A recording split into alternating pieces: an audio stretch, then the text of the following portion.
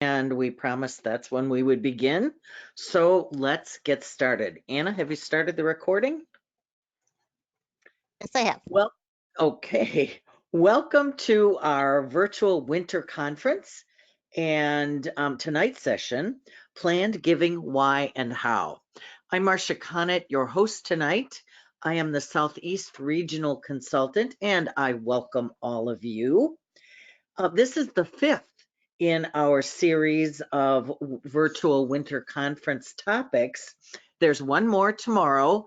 It's on civic engagement, voting, and census. And you can still sign up for that if you are interested and available. That program will take place at 10 o'clock tomorrow morning. You can go to our website as you did to get to this one to sign up for that tomorrow.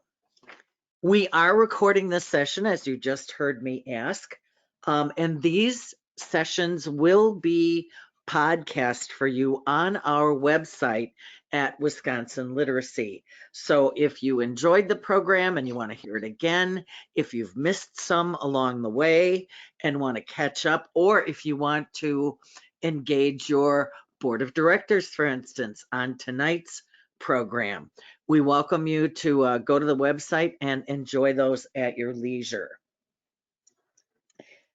There will be a survey at the end of tonight's session. So as you close out from this, you should see a satisfaction survey pop up. Please complete it. Tell us what you thought. Tell us what we did well. And also tell us anything you'd like us to be covering going forward. That's where we get some of our topics for webinars. So as we begin, I would like to introduce Miranda Bundy. Miranda is the financial planner with One Wisconsin Financial Group. She's a graduate of UW Green Bay, and since graduation, Miranda has found her passion not only in her work, but also being involved in her community. She's current board member of the Rotary Club of Green Bay. Her current and past engagement has been past president of her club. Currently, she is vice president of the Rotary Club of Green Bay's Foundation Board. She volunteers with youth for the Rotary Leadership Camp, and other board involvement is with the Pride Center of NEW. So welcome, Miranda. We're glad to have you here. Well, thank you so much for that kind introduction, and I'm excited to be here and really appreciate the opportunity to share something I find particularly a lot of passion around, and that's gaining some more understanding or literacy, if you will, around legacy. One of the things that I've always been a big part of is conversations with nonprofits about how to generate and think about and collaborate on planned giving. And when we think about planned giving, a lot of the times we think of the large dollar amounts, the big assets that get donated. But my belief is with a little strategy, community involvement, and engagement from different nonprofits and their boards and volunteers, we can educate people a little bit more on how to give and give more, even if you don't believe that's something that's necessarily was for you. And hopefully you'll gain a little bit more clarity as I jump in. As you guys know, there are questions that can be asked throughout this. Please feel free to type that in the chat. I'll definitely have time for questions for people, so don't be shy. I'm going to go over some topics a little bit quicker and then spend a little bit more time in areas that I think might make a little bit more sense to spend some time in, but I'm happy to take any questions. So of course, disclaimers as all financial advisors need. So we'll just jump into it. So the agenda or the plan of attack here really is to give some ideas to what planned giving actually is, who does it, and how much does it actually account for, the difference between simply giving and then planned giving, different types of gifts, and then, in my opinion, some areas where we could see some efficiencies in planned giving. So I'll just dive right into the first piece here. So planned giving, what is it exactly? Again, most of the time when people think of planned giving, they think of something more traditionally, the process of making significant charitable gifts during a donor's life or at the death that's part of the financial or estate plan. If I were to simplify that a little bit more, I'd say really it's the intention to give a gift of any size due to a person's passion for a cause, a legacy, or a relationship to the organization. What it isn't, it is not simply taking a 20 out and doing a one-time donation. Again, the word that I like to use is intention when we think about planned gifts. So most people are kind of flabbergasted as to how charitable Americans are. We are responsible for over $4 billion worth of giving in 2017, and that number continues to increase. I don't have the up-to-date numbers, but I believe even from 2017 to 18 was another 5% increase. And as you can see, the numbers below really speak volumes to who is giving. Individuals really make up the bulk of that giving. And even if you add in, I say, the billion given by foundations, most foundations are created by individuals. So I think those top two numbers really do speak volumes to the amount that are given. And most people who give actually believe they're making a difference by supporting a cause.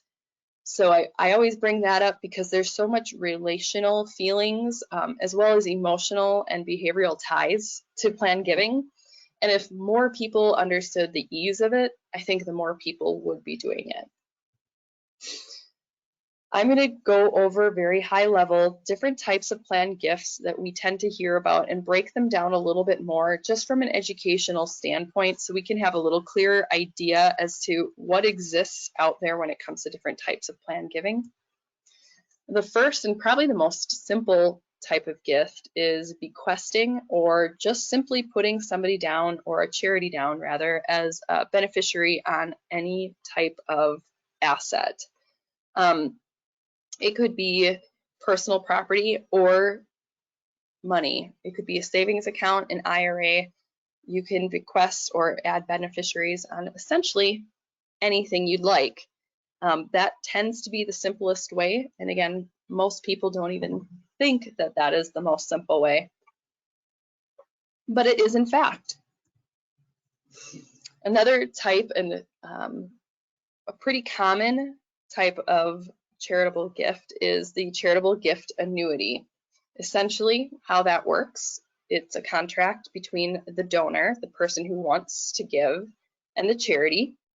What happens is they transfer cash or property to claim a deduction. The donor then receives lifetime income until death. Then the charity would receive any remaining dollars from that.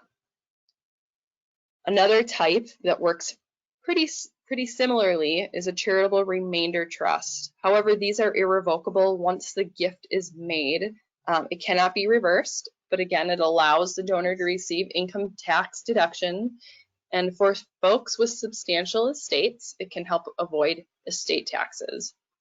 So again, this is can help generate an income stream for the donor. Upon their death, however, the remaining assets would go to the charity.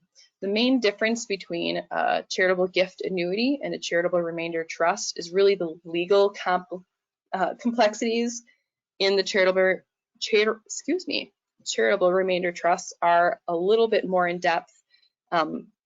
Most people who have this type of gift tend to work with attorneys and other estate planning professionals. But I'm a very visual learner, so I like to just see how this works visually. So essentially we have Mr. and Mrs. Giver over here. They decide they're going to make an initial transfer of their assets to the charitable remainder trust. That's what this basket stands for. What that trust does is it provides payments towards Mr. and Mrs. Giver during their life of income. When the good Lord calls them home, that income towards them stops. And in essence, the remainder, as the name might suggest, goes to the nonprofit that they designated. Again, these are more complex structured types of gifts that generally folks who have a larger net worth tend to leverage due to the tax flexibility with them.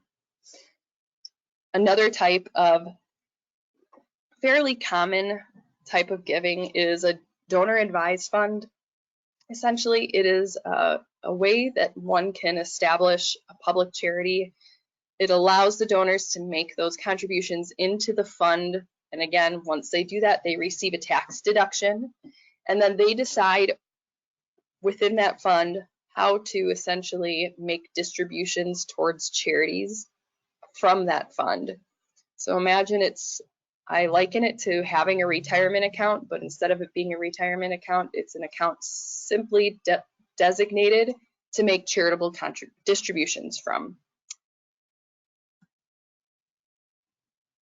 So one thing with donor advised funds is like the charitable remainder trust, it is irrevocable. You put that money in and essentially it's now for charities only. When you put the dollars in, you do immediately receive that tax deduction the IRS allows. And then again, you name that fund and you decide who your charities will be as beneficiaries. The idea is it allows asset management to grow as well as charities to then receive distributions along the life of this fund. I will pause briefly if there are any questions, because like I said, I moved pretty quickly over some more complex types of giving. So I will just pause briefly for questions.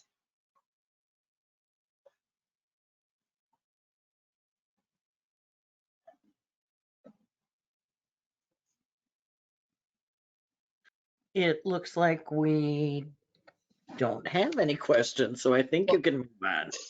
Perfect. All right. So now I'm going to get into a little bit more how to give. And Excuse me, Miranda, someone just raised their hand. So Anastasia, I have unmuted you. Go ahead. Hi. So can you please go back to the last slide that you had? I just have a quick question. This here? Yeah. So as far as those donor contributions, so it goes into the asset grows and then afterwards it goes to charities, or do charities benefit from that throughout the life of the contribution? So it is, imagine it's a fund that doesn't necessarily have immediate distributions. So the donor can put the money into the fund, and until the donor decides to make the distributions to the charities don't benefit directly. Okay. But it goes into some kind of a money market account where those assets grow. Is that what it is? It can be a money market. It could also be investments. Okay. Okay. Great question. Okay. That was all I had. Thank you so much. You're welcome. All right. So again, I go over the high level overview because those are often things that are a bit more complex, and a quick breakdown usually helps. Hopefully the next part of this presentation is going to give us a little bit more meat behind how to have conversations and how to think about having conversations when it comes to giving. And again, feel free to raise your hand or jump in if you have questions, but I'm going to go over a fairly easy, and I say easy because this is maybe somebody who'd be more like a middle income earner, more real and tangible for middle America and the people we might be serving and working with. So a hypothetical example of efficient gifts in life. So we're going to talk about the donor who's Miss Charity Giver. The donor happens to be in a higher tax bracket, and with that, she pays capital gains at a rate of 20%. So current tax bracket 37% and capital gains is 20. If Mrs. Giver decided to give cash of $1,000 gift to a charity, what she would receive from that gift would be taxes saved of $370 because she would get a tax deduction in that $1,000 gift. She is not worrying about capital gains because it's cash. So the net true cost to her, meaning after deductions, the actual cost to her was $630 to make that $1,000 gift. And a lot of people tend to just make gifts of that size out of cash. However, if we look a little bit closer as an option and create a little bit more efficiency within her plan, she may have some stock set aside. And if she were to make the gift from her stock account, she could give $1,500. With that $1,500, she would save $555 on the taxes, as well as not pay capital gains on that money. So she'd save yet another $300 on taxes. So her net cost out of her pocket would be $645. So essentially, the gain she gets is her tax savings, and she receives more tax savings by looking at taking stocks as gifts versus cash. So the idea here is simply by having a little bit more conversation about the efficiencies of gifts, especially if they're a consistent giver and you're grateful for that gift, asking, have they looked at all options to make sure they're getting as much out of the gift as the organization? So little things like that can really help people really gain more from their gift. Not that it's all about people gaining, but just again, looking at efficiencies when we're giving gifts. Another thing that most people tend to overlook is assigning your favorite nonprofit as a beneficiary on your account. IRAs, bank accounts, life insurance, and investments can all be assigned as beneficiaries to accounts. Nice benefits to nonprofits and also to folks when passing IRAs. If a nonprofit receives that, they don't pay taxes. So it's a much larger gift to give to a nonprofit than it would be to give to a person who'd have to pay taxes on all the dollars they receive from an IRA gift. So I'm going to walk through yet another hypothetical example of an efficient way to simply designate beneficiaries and look at how we could plan giving for somebody who has some charitable intent. We're going to review Mrs. Charity Giver's situation again. She has 2 kids, Mary and Max, and they are currently all in a 37% tax rate. Miss Giver, the mother in this case, has total assets, as we see below, of IRAs equaling approximately $400,000, a Roth IRA worth $150,000, and a life insurance policy for $300,000. What her original plan had is for her kids to receive her IRAs 50% to each. Then the life insurance would be split into 3, $100,000 to each child, and the charity receiving $100,000 of that life insurance policy. I outlined the life insurance policy being a gift because in my profession, I find most people tend to think of assigning life insurance to nonprofits and other organizations like that before they look at assigning their retirement dollars or IRAs to nonprofits. So this is a very real situation that I run across from time to time. So if we look at her $850,000 that she started with, she was able to efficiently and effectively pass on $702,000 of that, because when those IRAs are distributed to her children, they effectively pay $148,000 of taxes. So going back, her $400,000 gift ended up being substantially less than $400,000, almost $150,000 less than $400,000. So my goal again is to talk a little bit about efficiency and thinking about giving gifts more efficiently. And simply by restructuring how we give the gift, by proposing the IRA be given to the nonprofit, allowed her to give a little bit more to her children and still maintain the full integrity of the gift to the nonprofit. So her $400,000 IRA, 100 of it, 100,000 was given to the nonprofit.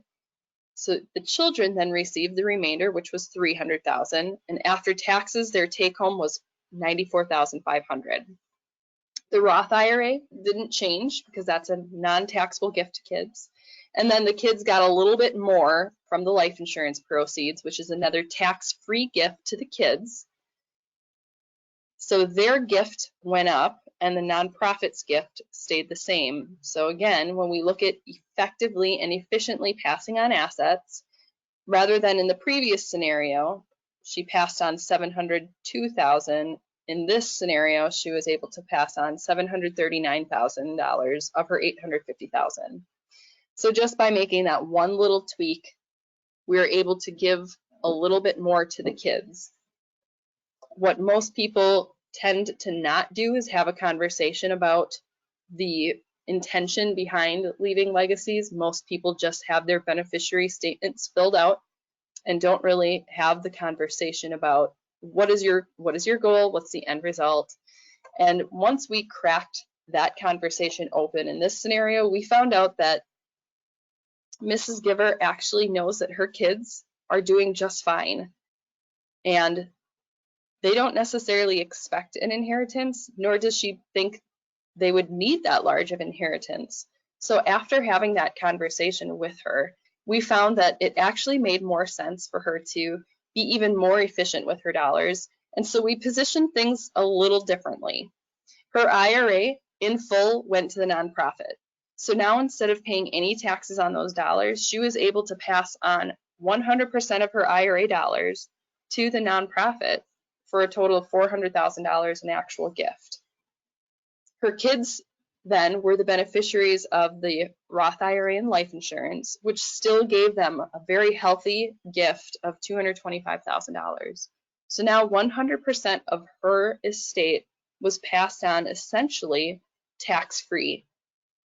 And she was able to give a much more significant gift to the nonprofit just due to simply looking at the plan and thinking about the efficiencies of how taxes change the way money is passed. Any questions on that at all?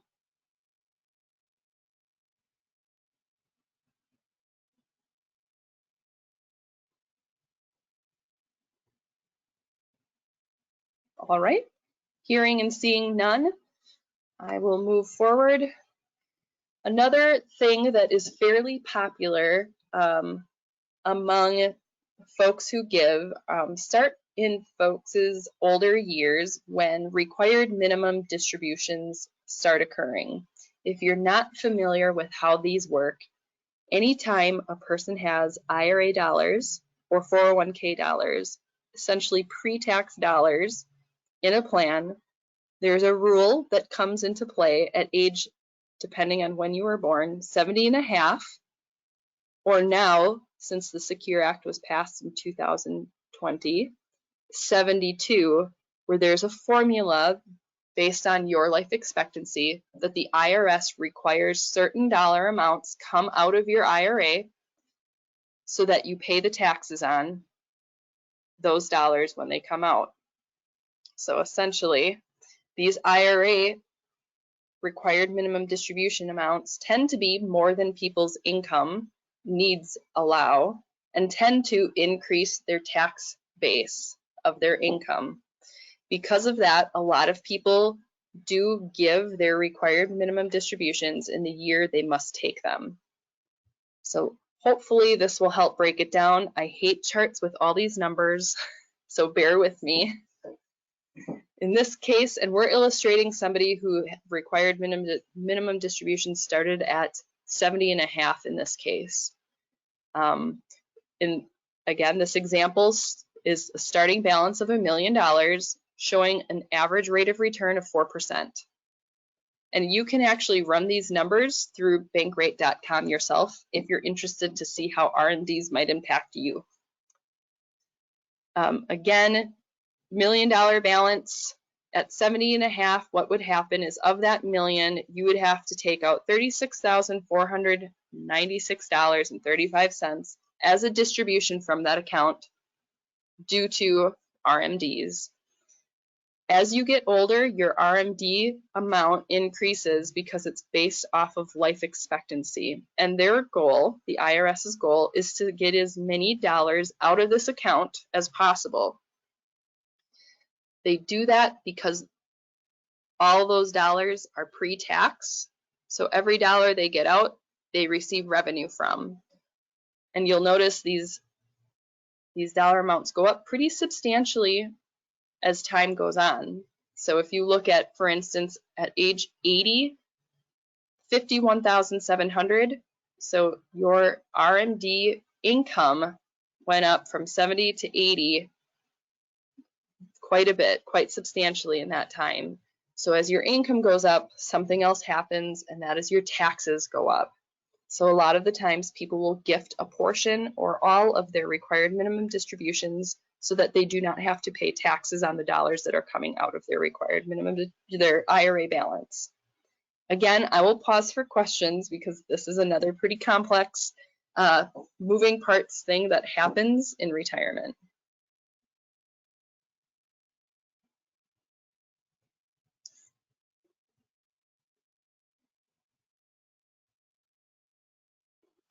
All right, hearing none, I will move on. So the whole idea around giving, and the thing that I think most of us wonder is, why do people give? How do we speak to people to have them give to our organization? How do we facilitate the conversation around giving? So I'm going to run through a few reasons why folks give. The first reason is trust. In almost all situations where planned giving happens, there's a relationship that's built on trust. Without that, generally speaking, we do not see planned giving. Second is altruism. Simply said, people feel good when they give. They feel like they're a hero when they're able to make an impact. There's also a lot of social norms around giving. It's become a large part of communities' conversations. So there's social reasons why people give. And then the last is actually because of taxes. Most people tried to sell giving through taxes. As you can see, I actually did some of that. But really, it's the trust and altruism that are the main drivers behind giving. That is all I had to cover. I'm happy to take questions and dive in deeper, or if there are topics that I didn't really touch on that people were hoping to hear, I'm more than happy to spend some time on that as well. I have a question for you, Miranda. Do you have any suggestions on how agencies can engage with donors, the folks who are going to make these sort of gifts? Any thoughts? I do have some thoughts. So within my community, I work in close collaboration with some significant nonprofit and private schools where they have capital campaigns, but they get a significant amount of planned giving.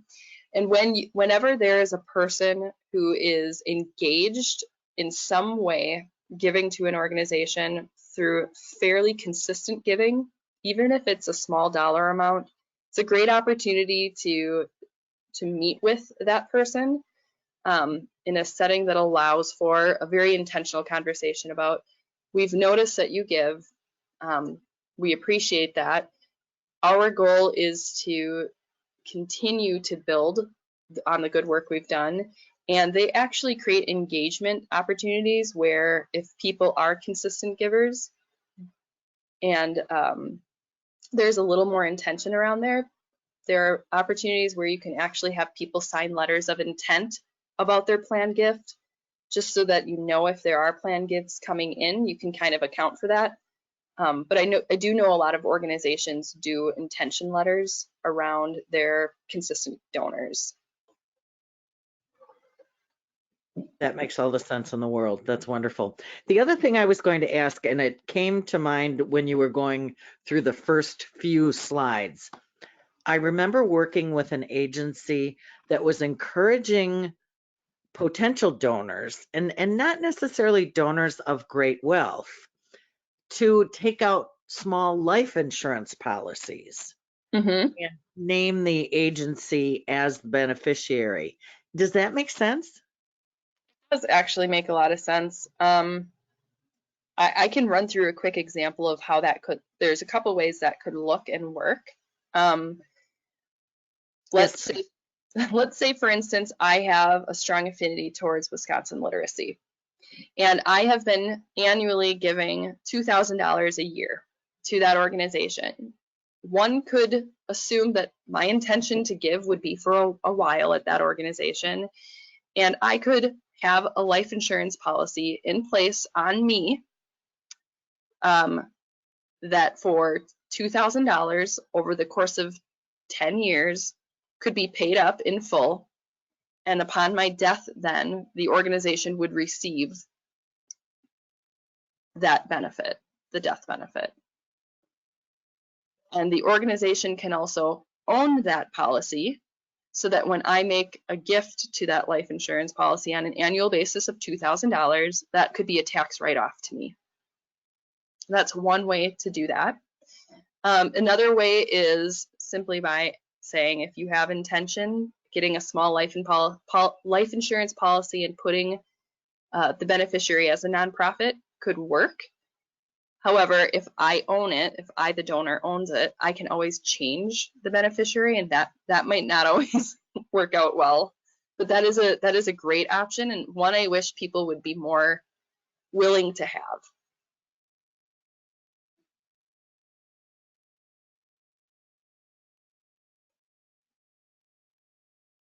so that makes a lot of sense. And is that something that I, as an agency person, could suggest to a potential donor? Yes, yes. Okay. The Well, setting of which that I've done that in the past is doing a lunch and learn and ah, inviting somebody who can do the life insurance and explain it. mm-hmm. Educational opportunity as to, and again, I'm a really simple mind. I have a walnut-sized brain, so I keep it simple whenever educating folks on those types of things, really high level, and have them be the expert. Makes sense. Well, do we have other questions from those of you who've been listening? Anything that Miranda can answer for you? I just want to remind people that you can raise your hand too, and then we will unmute you, or you can type in the chat box. Mhm.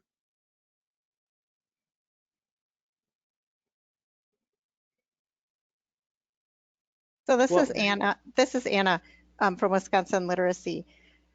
So I heard a story from a presenter once that an organization had a longtime volunteer, and so in our case, we could imagine a longtime tutor who, when they passed away, the organization just assumed that they would receive funding from that individual, and then later found out that all these other organizations received funding and they didn't. And what it came down to was just making sure that your community knows that you accept, that you are able to accept gifts. And so just putting phrases at the bottom of your newsletter, talk to us about planned giving, or please include us in your plans, or so just even keeping that on people's radar so that they know to think of you in a situation. Do you have any recommendations, Miranda, or can you share any examples of things that you have seen organizations do that maybe isn't engaging in a conversation, but to let people know that these are options that they have to give? I have seen that. I think having a link on your website is really helpful, because there are such a multitude of ways to give. Some people can give property like a cabin or a gift of stock, and showing that you're open to being able to accept those, that you have an investment plan essentially, or a planned giving plan, I think is really important. because a lot of the estate attorneys and financial planners that are helping these people are fact checking to make sure they're giving to organizations that have the ability and openness to accept those gifts. So I think definitely having language on your website.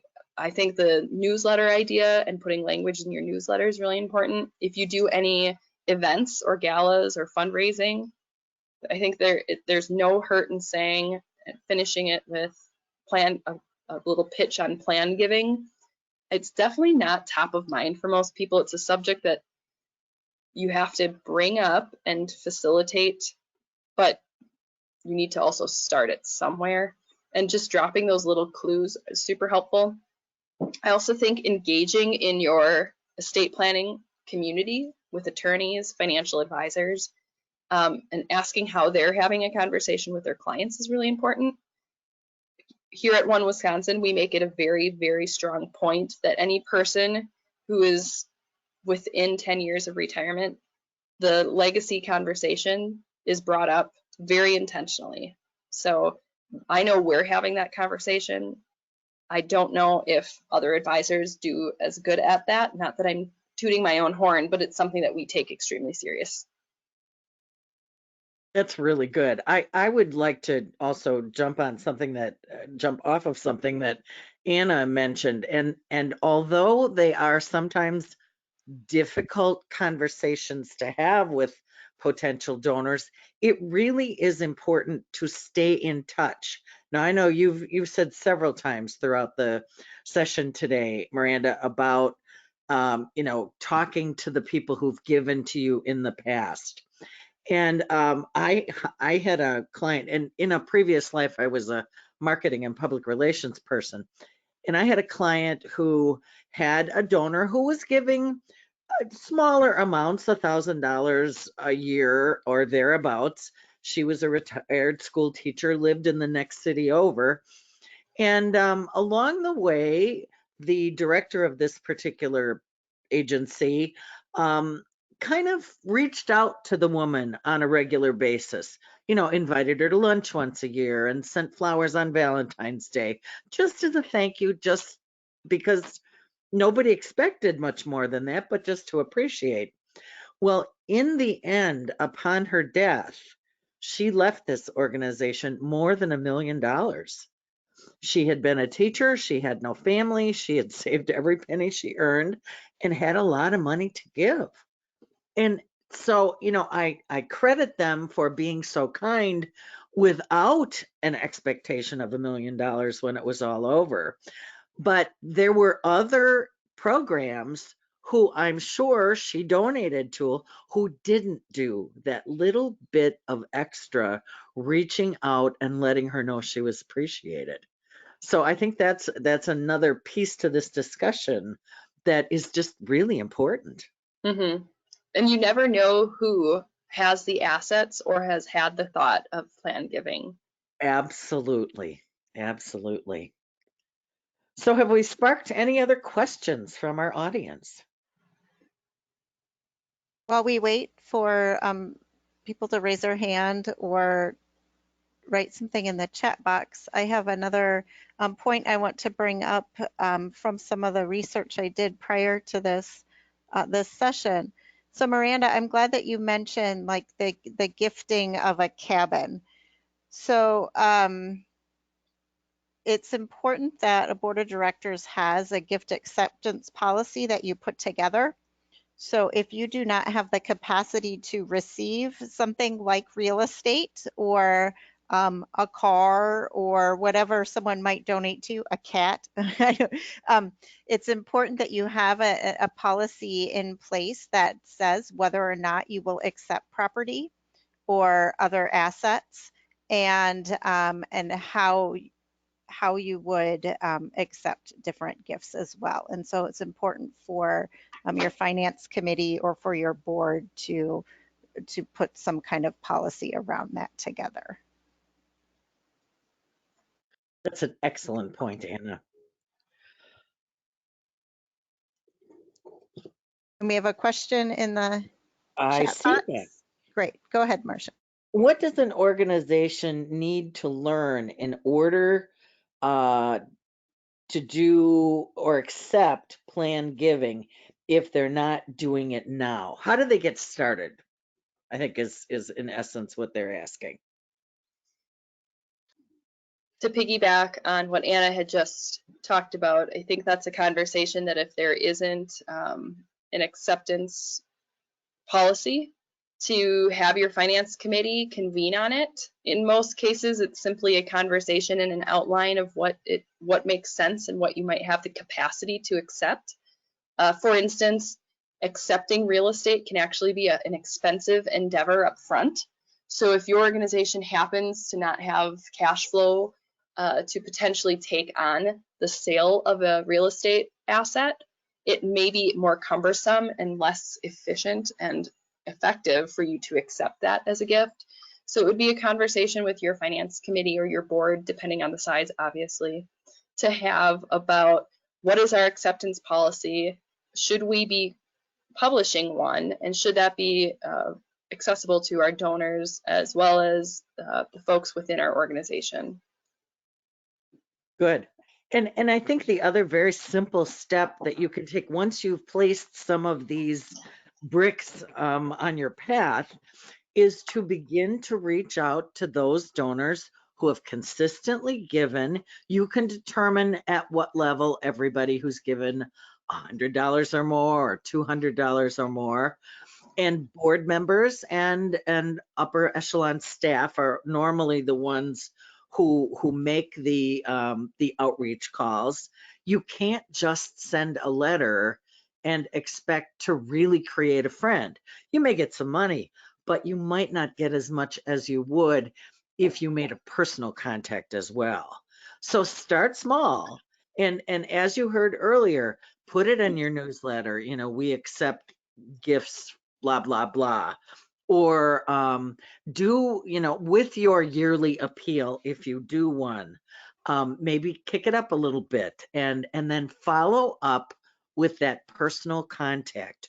We know that making personal contacts with donors really makes a difference. It's hard to do. Most people hate it, but with a script and a little practice, almost anybody can. You're really just making or continuing a friendship.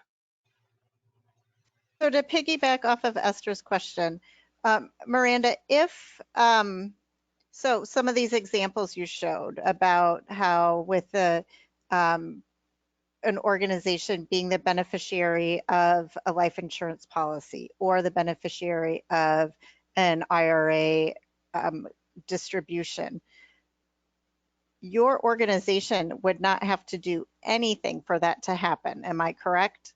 That is all set up on the donor end. That's correct. Where we come into maybe some sticky situations is if it's things like a car, stock can sometimes be an issue. Real estate is a big one. It's remarkable how many people donate real estate.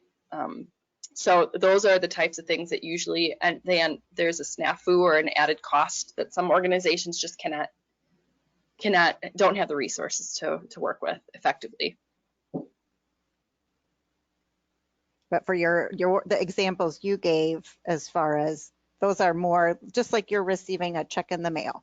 And your organization can receive those distributions just as they would any kind of donor, you know, a donor check. That's correct. Any other questions? If not, I'm going to remind you again that as we close out this program, you'll be receiving a survey. It'll pop right up on your computer, and I hope that you will fill it out right away. It's very short. There's 5 questions, I believe. And tell us what you thought about tonight's program. Tell us if you want more on this or if there's other topics that you'd like to hear about. Miranda, we can't thank you enough. This has been absolutely fascinating, and we sure appreciate having you here. Well, thank you so much for your attention. I really do appreciate the opportunity. And we thank all of you who've joined us tonight. We will talk to you tomorrow at 10 a.m. when we talk about civic engagement. Good night. Thank you.